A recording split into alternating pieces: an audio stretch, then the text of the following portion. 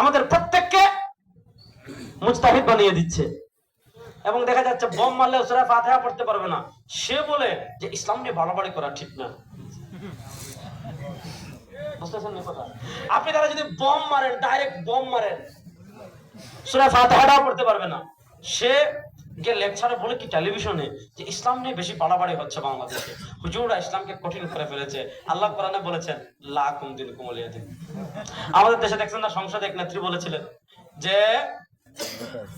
আল্লাহ কোরআনে বলেছেন ধর্ম যার যার উৎসব সবার। দলিল কি? আল্লাহ কোরআনে বলেছেন লা কুম দিনুকুম ওয়ালিয়া দিন। যখনই আপনি তার প্রতিবাদ করবেন তখন বলবেন যে ধর্ম নিয়ে বাড়াবাড়ি করা আসলে উচিত না। সুশীল, আল্লাহ তাআলা এই ধরনের ফিতনা থেকে আমাদেরকে বেঁচে থাকার তৌফিক দান করো। আল্লাহ তাআলা আলেমদের থেকে দ্বীন শেখার তৌফিক আমাদের সবাইকে দান করো। আল্লাহ তাআলা ঈমানের মতো দৌলত দান করেছেন, আল্লাহ সেই দৌলত রক্ষণাবেক্ষণ করে আমাদের সবাইকে কবরে যাওয়ার তৌফিক দান করো। আল্লাহ রাসূল সাল্লাল্লাহু আলাইহি ওয়াসাল্লামের সুপারিশে আমাদের সবাইকে জান্নাতে যাওয়ার তৌফিক দান করো।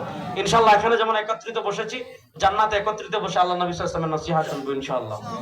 জান্নাতে একসাথে প্রথমে মাছের কলিজা দিয়ে ভাত খাবো ইনশাআল্লাহ। ভাত খান আর বিরিয়ানি খান, যা খান, বাঙালি হিসাবে বললাম। রাসূলুল্লাহ সাল্লাল্লাহু আলাইহি ওয়াসাল্লামকে সাহাবী জিজ্ঞেস করেছিলেন, হযরত আব্দুল্লাহ ইবনে সালাম, যে ওয়ামা আউয়ালু তুআমি আহলিল জান্নাহ, ও নবী আপনি বলেন তো আল্লাহ তাআলা জান্নাতের প্রথম মুসলমানদেরকে কি খাওয়াবেন? আল্লাহ রাসূল সাল্লাল্লাহু আলাইহি ওয়াসাল্লাম জবাব দিয়েছিলেন কাবিদুল হুদ। আল্লাহ সব জান্নাতীরা জান্নাতে যাওয়ার পর আল্লাহ প্রথম দিন মেজবান দিবেন, সবাইকে দাওয়াত খাওয়াবেন। সেদিন কি দিয়ে দাওয়াত খাওয়াবেন? মাছের কলিজা দিয়ে। আল্লাহ আমাদের সবাইকে খাওয়ার তৌফিক দান করুন। ইনশাআল্লাহ আবার আপনাদের সাথে দেখা হবে। যে কথাগুলো বললাম সবাইকে আমল করার তৌফিক দান করুন। আসাবতু ফামিনাল্লাহ ওয়া ইন আখতাতু ফামিন্নি ওয়া মিনাশ শাইতান।